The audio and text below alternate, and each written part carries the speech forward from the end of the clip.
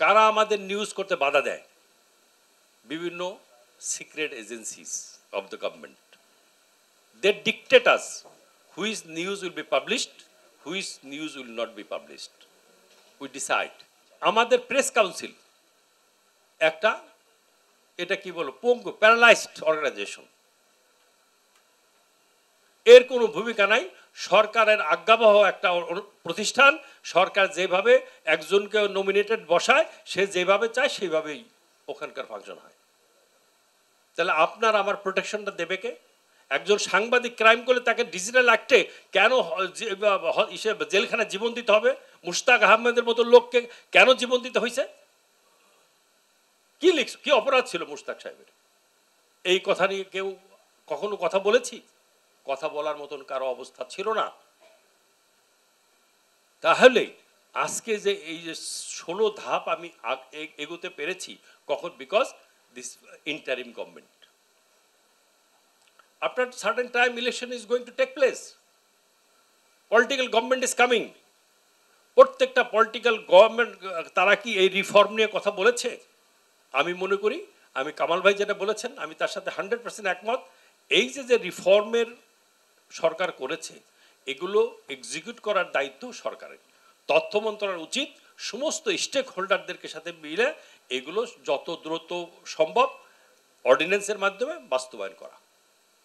না হলে এটা এই পেপারের মধ্যে পেপারই থেকে যাবে, এটা আলোর মুখ দেখবে না। আমার আজকে কত স্বাধীনতার পরের থেকে আমি দেখেছি যত পত্রিকা বেরোইছে, ইন্ডিপেন্ডেন্টলি ভাবে কি কেউ কখনো ফাংশন করতে পারে নাই। আগামীতে অবস্থা আরো দিন দিন কিন্তু ডেটোরেট করছে। এই 16% যে আগামী দিনে 32% পিছিয়ে যাবে না, তার কোনো গ্যারান্টি আমরা দিতে পারবো যদি এই সংস্কার বাস্তবায়ন না হয়?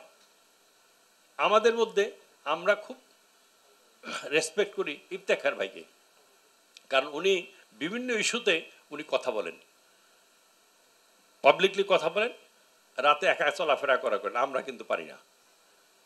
যখন কোনো এজেন্সি ধমক দেয় আমরা বলি ভাই এই নিউজটা ছাপায়ও না ভাই, কারণ আমার তো প্রোটেকশন নাই। সমাজ এই আমি চাই ওই সমাজ, ওই রাষ্ট্র, ওই রাষ্ট্রপ্রধান যে আপনার আমাকে জীবনের নিশ্চয়তা দিতে পারবে। ওই সাংবাদিকতা আমি চাই, ওই ফ্রিডম চাই।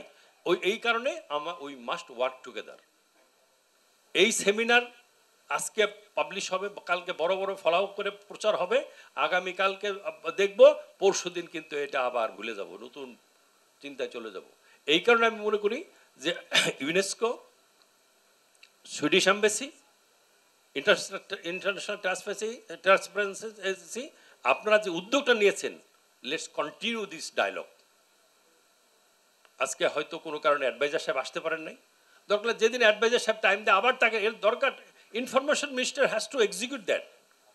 ইনফরমেশন মিনিস্ট্রি যদি না চায় এটা হবে না, বা সরকারের অন্য কোনো মন্ত্রণালয়ে উদ্যোগী হয়ে এটাকে বাস্তবায়ন করতে হবে।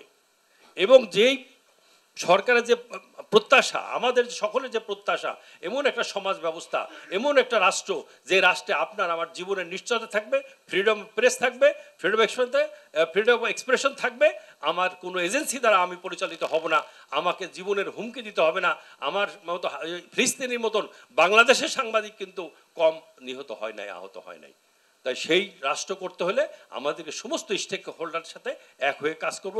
এখানেও বলেছেন কিছু কিছু মিডিয়া ওনার তারা কালো টাকা দিয়ে মিডিয়া করছে, তারা অন্যকে যাতে তার নামে তার দুর্নীতি, তার কি বলবো, তার যত ধরনের অপকর্ম আছে সেটা যাতে কোনো পত্রিকায় পাবলিশ না করতে পারে, তার কারণে সে অ্যাটাক করে বসে। এই কারণে তার মিডিয়া।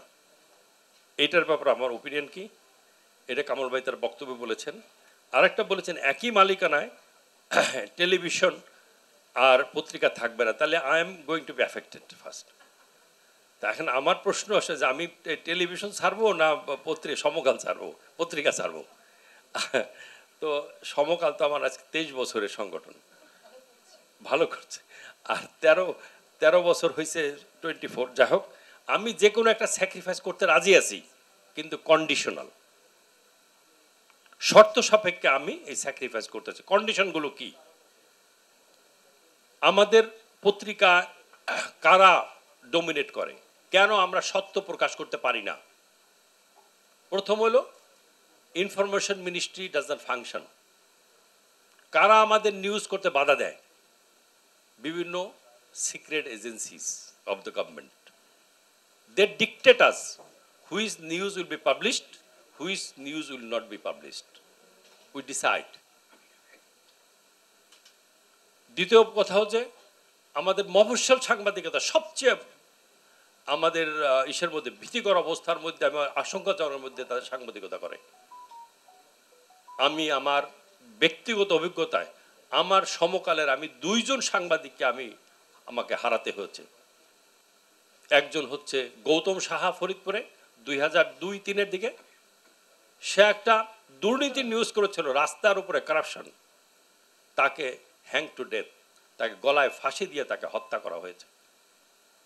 আর একজন সাংবাদিক সিরাজগঞ্জে আওয়ামী লীগের 2 গ্রুপের মধ্যে মারামারি হচ্ছিল।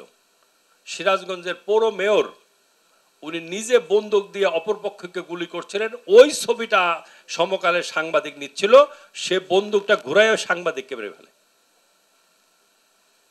মিরন সাহেব আছে, আমার সাংবাদিক দুনিয়ায় নাই, বিচার আমি পাইনি, কিন্তু গৌতম সাহেব বিচার আমরা পেয়েছি। এরকম শত শত সাংবাদিক প্রাণ হারাচ্ছে, তার পরিবারের দায়িত্ব, ভরণ পোষণের দায়িত্ব কি আমরা কয়জনে নিচ্ছি? আপনি ভালো বলেছেন সাংবাদিকদের প্রোটেকশন। আমি একটা ব্যাংকের সাথে সম্পৃক্ত। কয়েকদিন আগে আমরা 150 জন লোক নেব, 10,000 অ্যাপ্লিকেশন পড়েছে। আমরা বলেছি ন্যূনতম যোগ্যতা এসএসসিতে কত থাকতে হবে? 4 এর মধ্যে 3.75 থাকতে হবে, 5 এর মধ্যে 4.75 থাকতে হবে। That is the minimum requirement. তারপরে 10,000 অ্যাপ্লিকেশন। কেন? ওখানে চাকরির নিশ্চয়তা আছে, রিটায়ারমেন্টের ফ্যাসিলিটি আছে, প্রমোশন আছে। সাংবাদিক আজকে যদি বলেন ভালো সাংবাদিক কয়জন আমরা পাই? বিকজ কোনো ফিউচার নাই এখানে। কোনো ঢাকা ইউনিভার্সিটির ভালো সাবজেক্টেতে পাশ করে, জার্নালিজমতে পাশ করে বা ভালো সাবজেক্টেতে পাশ করে সে জার্নালিজম আসতে চায় না। সে বিসিএস এর চেষ্টা করে, ভালো ব্যাংকে চেষ্টা করে, বাইরে যাওয়ার চেষ্টা করে।